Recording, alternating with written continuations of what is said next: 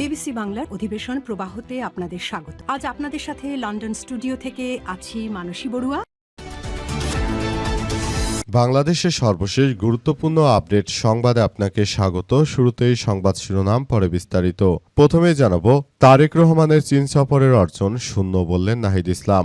সাম্প্রতিক সময় প্রধানমন্ত্রী তারেক রহমান তিনি চীন সফরে গিয়েছেন, তবে তার চীন সফরের অর্জন শূন্য বলে মন্তব্য করেছেন জাতীয় নাগরিক পার্টি এনসিপি ওর আহ্বায়ক ও বিরোধী দলীয় চিফ হুইপ নাহিদ ইসলাম। তিনি বলেন, তারেক রহমান যে একটি মাকাল ফল সেটি প্রমাণিত হয়েছে। তিনি চীন সফরে গিয়েছিলেন, সেখানে সংসদে বিরোধী দলীয় নেতা তাকে ধন্যবাদ জানিয়েছে। এরপরও হয়তো কিছু বলা উচিত নয়, তারপরও বলতে বাধ্য হচ্ছি, চীন সফরের অর্জন তার শূন্য। তার প্রথম সফরের অর্জনই শূন্য। এদিকে ফরিদপুরের ভাঙ্গায় বেপরা বাসে চাপায় নিহত ৫, বাসে আগুন। ঢাকা খুলনা মহাসড়কে সুদ্দি বাস স্ট্যান্ড সংবলিত এলাকায় দুর্ঘটনা কবলিত একটি পিকআপ উদ্ধারের সময় এই রাতে বেপরা গতিতে একটি বাসে চাপায় ৫ জন নিহত হয়েছে। এতে আহত হয়েছে অন্তত আরও ৫ জন। এই ঘটনায় খুবই থমথমে অবস্থা বিরাজ করছে এবং উক্ত বাসটিতে আগুন দিয়ে জ্বালিয়ে দেওয়া হয়েছে। এরপর জানাবো, তারেক রহমানের সভাপতিত্বে গুলশানে বিএনপির স্থায়ী কমিটির বৈঠক। বিএনপি চেয়ারম্যান গুলশান কার্যালয়ে দলের সর্বোচ্চ নীতি নির্ধারণী ফোরাম জাতীয় স্থায়ী কমিটির বৈঠক অনুষ্ঠিত হয়েছে। আজ রাত ৮টার দিকে শুরু হওয়া বৈঠক শেষ হয় রাত ৯টা৫০। বৈঠকে সভাপতিত্ব করেন বিএনপি চেয়ারম্যান ও প্রধানমন্ত্রী তারেক রহমান। বিএনপির মিডিয়া সেলের সদস্য সাইরুল কবির খান বিষয়টি নিশ্চিত করেছেন। জানাবো, কক্সবাজারে দুর্ভোগ কমছে না, খাবার সুপেয় পানির জন্য হাহাকার। ভোরে বৃষ্টি না হয় সবাই ধারণা করেছিল এবার পানি কমবে, কিন্তু দুপুর পার হতে না হতে আবার নতুন করে বৃষ্টিপাতে ব্যাপক ক্ষতির মুখে পড়েছে কক্সবাজার। আবারও পানির নিচে তলিয়ে গেছে ফসলের জমি, ক্ষেত খামার, গবাদি পশুর গোয়াল সহ মানুষের ঘরবাড়ি। অবস্থায় পানিবন্দী হয়ে পড়েছে লক্ষ লক্ষ মানুষ। পানির জন্য তারা হাহাকার করছে। এবং সর্বশেষ জানাবো, বন্যায় বাঁশখালীতে ২,০০০-এর বেশি মানুষের মধ্যে এনসিপি ত্রাণ বিতরণ। চট্টগ্রামের বাঁশখালী উপজেলায় ভয়াবহ বন্যায় ক্ষতিগ্রস্ত মানুষের মধ্যে ত্রাণ বিতরণ করেছে জাতীয় নাগরিক পার্টি এনসিপি। চট্টগ্রাম মহানগর বিতরণ করা ত্রাণের মধ্যে ছিল রান্না করা খাবার এবং শুকনো খাবার। আজ দিনব্যাপী বাঁশখালী বন্যা কবলিত বিভিন্ন ইউনিয়নের প্রত্যন্ত এলাকায় কোমর সমান পানি অতিক্রম করে প্রায় ২,০০০-এর বেশি বানভাসী মানুষ বাড়ি বাড়ি গিয়ে ত্রাণ সামগ্রী পৌঁছে দেওয়া হয়েছে। প্রিয় দর্শক, এতক্ষণ শুনছিলেন সংবাদ শিরোনাম, এবারে বিস্তারিত। তবে তার আগে বন্ধুরা, অনুরোধ থাকবে এই সংবাদটিতে একটি লাইক দিন। এই চ্যানেলে আপনি নতুন হয়ে থাকলে আমাদের সংবাদটি দেখতে দেখতে চ্যানেলটি সাবস্ক্রাইব করে রাখুন। কমেন্ট করে বন্ধুরা আপনার মূল্যবান মতামত জানিয়ে দিন আপনি বিশ্বের কোন দেশ থেকে বা বাংলাদেশের কোন স্থান থেকে আমাদের সংবাদটি দেখছেন এবং শুনছেন। আর বন্ধুরা, সংবাদটি আপনার সোশ্যাল মিডিয়া ফেসবুকে শেয়ার করে বন্ধুদেরও দেখার সুযোগ করে দিন। গাজা যুদ্ধে আপনি যদি নিরীহ ফিলিস্তিনিদের ভালোবেসে থাকেন বন্ধুরা, কমেন্টে ইয়েস লিখে পুরো বিশ্বকে আমাদের এই তাজা আপডেটটি দেখার সুযোগ করে দিন। গাজা যুদ্ধে আপনি যদি নিরীহ ফিলিস্তিনিদের ভালোবেসে থাকেন, কমেন্টে ইয়েস লিখে পুরো বিশ্ববাসীকে আমাদের এই তাজা আপডেটটি দেখার সুযোগ করে দিন। এবারে বিস্তারিত।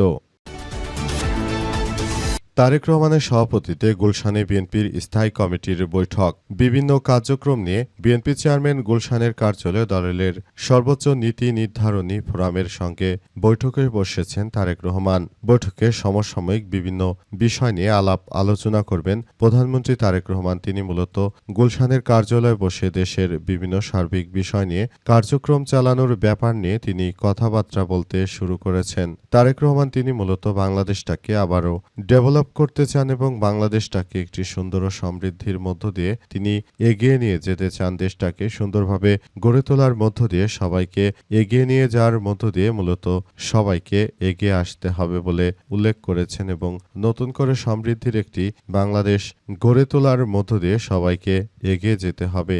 দেশটাকে সুন্দরভাবে গড়ে তোলার মধ্য দিয়ে আরও ভয়াবহভাবে এগিয়ে যেতে হবে বলে উল্লেখ করা হয়েছে। নতুন করে সুন্দর ও সমৃদ্ধির একটি আধুনিক রাষ্ট্র পরিকাঠামো গড়ে তুলে তারপর এগিয়ে যাওয়ার মধ্য দিয়ে সবাইকে আরও বেশি এগিয়ে যাওয়ার প্রতি উদাত্ত আহ্বান জানানো হয়েছে এবং দেশটাকে সুন্দরভাবে গড়ে তোলার মধ্য দিয়ে মূলত তারেক রহমান দেশবাসীর প্রতি যে বার্তা দিতে চান সেই বার্তাটি তিনি আবার দিতে চলেছেন এবং আমরা সেই প্রত্যাশার একটি সুন্দর বাংলাদেশ আগামীতে গড়ে তুলতে পারব এমন প্রত্যাশার কথাই তারেক রহমান জানাচ্ছেন বলে উল্লেখ করা হয়েছে। তারেক রহমানের কারণে আগামীতে সুন্দর ও সমৃদ্ধির একটি আধুনিক রাষ্ট্র কাঠামো বাংলাদেশ আমরা দেখতে পারব এমন প্রত্যাশা সবার। তারেক রহমানকে নিয়ে স্বপ্ন এবং তিনি বাংলাদেশে এসেছেন। তিনি শহীদ প্রেসিডেন্ট জিয়াউর রহমানের উত্তরসূরি হিসেবে তিনি বাংলাদেশটাকে একটি অনন্য উচ্চতায় নিয়ে যাবেন সেই প্রত্যাশা থাকবে আমাদের এবং সেই প্রত্যাশার একটি বাংলাদেশ তারেক রহমান বিনির্মাণ করবেন এমন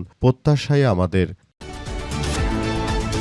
কক্সবাজারে দুর্ভোগ কোনোভাবেই কমছে না। খাবার সুপেয় পানির জন্য হাহাকার। কক্সবাজারে নতুন করে আবারও ভয়াবহ আতঙ্কের সৃষ্টি হয়েছে। আজ সকালবেলা হঠাৎ করে বৃষ্টি কমলে সবার মনে স্বস্তি জেগেছিল যে হয়তো এই মুহূর্তে যেহেতু বৃষ্টি কমে গেছে তাই বন্যা পানি ধীরে ধীরে কমবে, কিন্তু মুহূর্তে যেতে না যেতেই আবার নতুন করে সেখানে আবার পানি আসতে থাকে। এর ফলে আসলে নতুন করে এক ভয়াবহ বিপর্যয়কর পরিস্থিতির সৃষ্টি হয়েছে। নতুন করে আবারও বৃষ্টিপাত শুরু হয়, পানি বাড়ছে অবস্থায় এই সমস্যাগুলো মোকাবেলা করার জন্য ইতিমধ্যে সরকারের পক্ষ থেকে যথাযথভাবে ব্যবস্থা গ্রহণ করা হয়েছে। তবে এখন পর্যন্ত এটি কারোর জন্যই সুখকর নয়। সবাই আসলে বন্যা নিয়ে খুব বেশি আতঙ্কের মধ্যে পড়ে গেছে। তারা যার যার জায়গা থেকে যে কোনো মূল্যে এই বিষয়গুলো নিয়ে খুব গুরুত্ব সহকারে কার্যক্রম চালালেও শেষ পর্যন্ত আসলে এগুলো কোন দিকে যাবে সেটি দেখার মতো নয়। সবকিছু আসলে একটি ভিন্ন দিকে চলে যাচ্ছে এবং বিষয়গুলো সবার জন্য খুব গুরুত্ব সহকারে দেখভাল করতে হচ্ছে। সবকিছু খুব সুন্দরভাবে গড়ে তোলার মধ্য দিয়ে আমাদের সবাইকে এগিয়ে যেতে হচ্ছে।